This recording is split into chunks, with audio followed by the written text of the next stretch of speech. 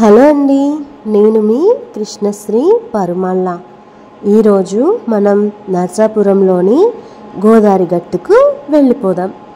అక్కడ వలందర రేవుకి దగ్గరలోనే మన మూగ మనసులు ఐడియా ఉందా?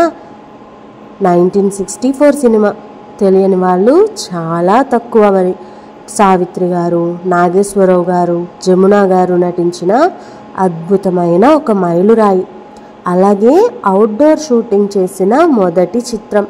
ఎందుకంటే అన్ని తెలుగు చిత్రాలు కూడా మద్రాసు స్టూడియోలోనే చేసేవాళ్ళు అప్పట్లో.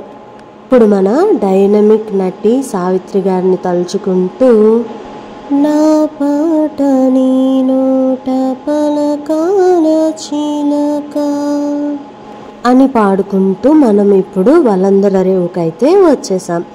వలందర రేవుకు ఆనుకొని ఉన్న బిల్డింగ్ ఈ చిత్రంలోని సావిత్రి గారు నటించిన పెద్ద భవనంలోనే చిత్రం షూటింగ్ అంతా కూడా జరిగింది. సో మనం ఆ బిల్డింగ్ని చూడడానికి వచ్చేసాం. చూశారు కదా, అప్పటి బిల్డింగ్ కూడా ఇప్పటికీ చెక్కు చెదరకుండా చాలా అందంగా ఉంటుంది. సో అప్పట్లో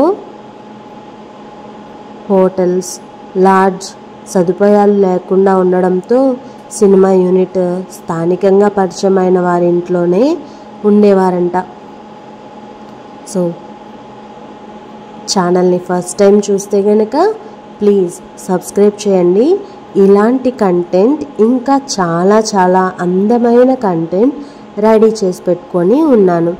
సో అవన్నీ కూడా మిస్ చేయకుండా చూడాలి అంటే ఛానల్ని సబ్స్క్రైబ్ చేసుకొని వీడియో నచ్చినట్లయితే ఒక్క లైక్ చేస్తారని ఆశిస్తున్నాను.